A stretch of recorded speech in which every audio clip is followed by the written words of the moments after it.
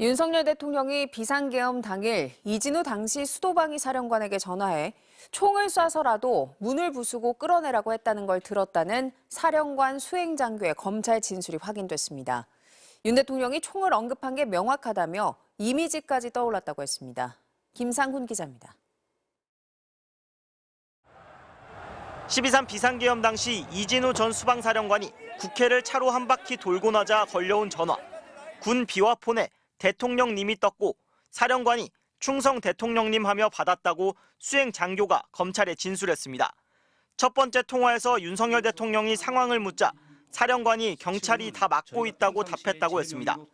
수행장교는 TV에서 듣던 대통령 목소리라 신기했고 바로 옆이라 잘 들렸다고 했습니다. 윤 대통령이 본회의장으로 가서 4명이 1명씩 들쳐업고 나오라고 하라고 지시한 건 두 번째 통화였습니다. 그때 수행장교는 4명이 1명씩 가마를 태우고 나오는 모습이 연상됐다고 했습니다. 총이라는 말이 나온 건 세 번째 통화였습니다. 윤 대통령이 총을 쏴서라도 문을 부수고 들어가서 끌어내라고 했고 사령관 답이 없자 라며 큰 소리로 대답을 강요하듯 다그쳤다는 겁니다. 수행장교는 대통령이 갈 때까지 갔구나 충격을 받았다며 총을 허공에 쏴서 사람들이 우왕좌왕할 때 문을 여는 이미지가 떠올랐다고 진술했습니다.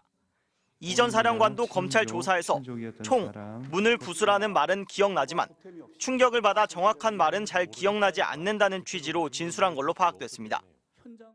대통령이 만약에 지시를 했다는다면은 그건 굉장히 충격적인 지시이기 때문에 기억이 안 날 수는 없겠죠. 그렇기 때문에 일부 예. 기억나는 게 있고 근데 예. 그건 여기서 말씀드리진 않겠습니다.